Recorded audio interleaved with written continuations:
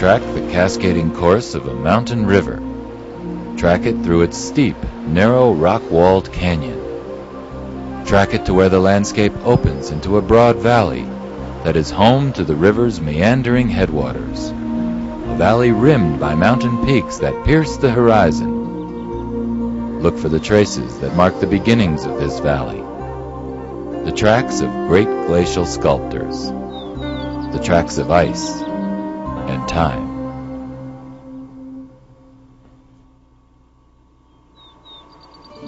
Only recently have humans arrived at the river's headwaters.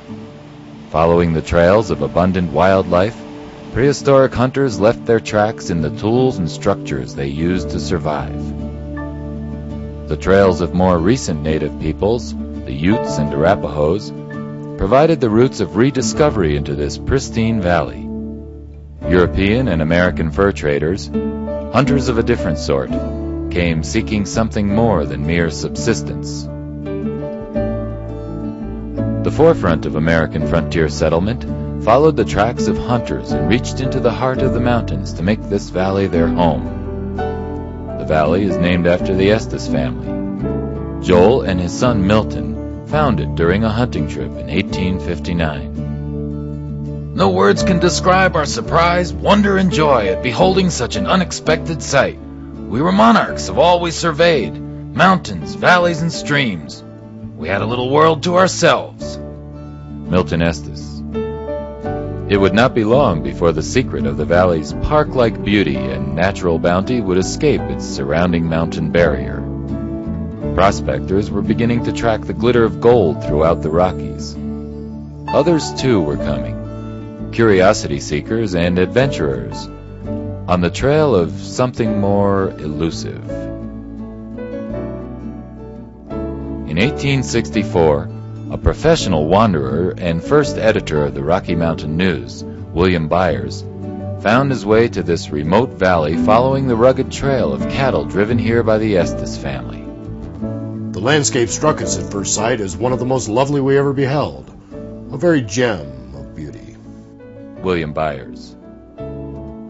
Byers and his companions tried to climb Long's Peak at the time, but failed in the attempt.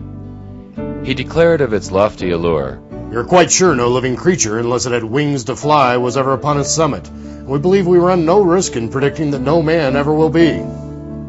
Byers proved himself wrong in 1868, when he and a party that included the famed explorer John Wesley Powell were the first documented persons to reach the summit.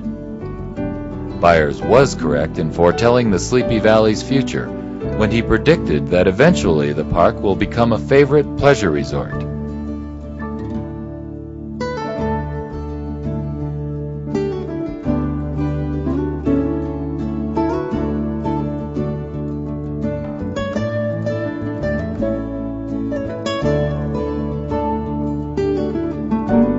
From these early beginnings, the human history of Estes Park unfolds. Many people have come to this valley, each searching for a dream or destiny, a home or a hideaway, or perhaps some intangible connection to this land. You have come today following in their footsteps.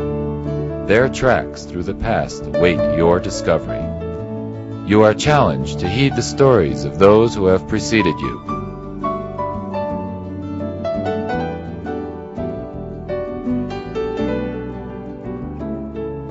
Whether you are a modern-day traveler or trader, settler or explorer, you will discover that the tracks you leave are those which connect the past to the future.